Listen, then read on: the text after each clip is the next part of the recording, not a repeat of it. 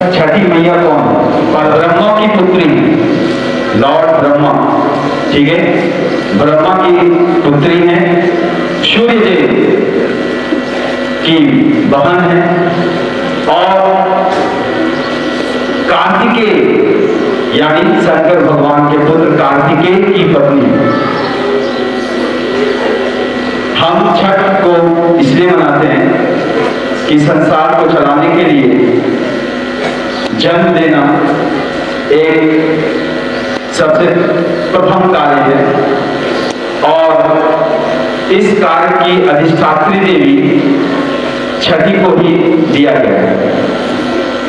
ऐसा माना जाता है कि सूर्य और छठी यानी भाई बहन है एक तरह से, तो हम लोग इस पर्व को बड़ी धूमधाम और बड़ी आस्था से मनाते हैं। आप लोग शायद आप समझ रहे होंगे छठी मैया कौन है, बताइए।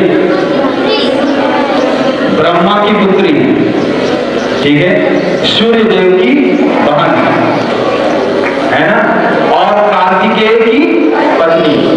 ये बात जानना चाहिए सभी को।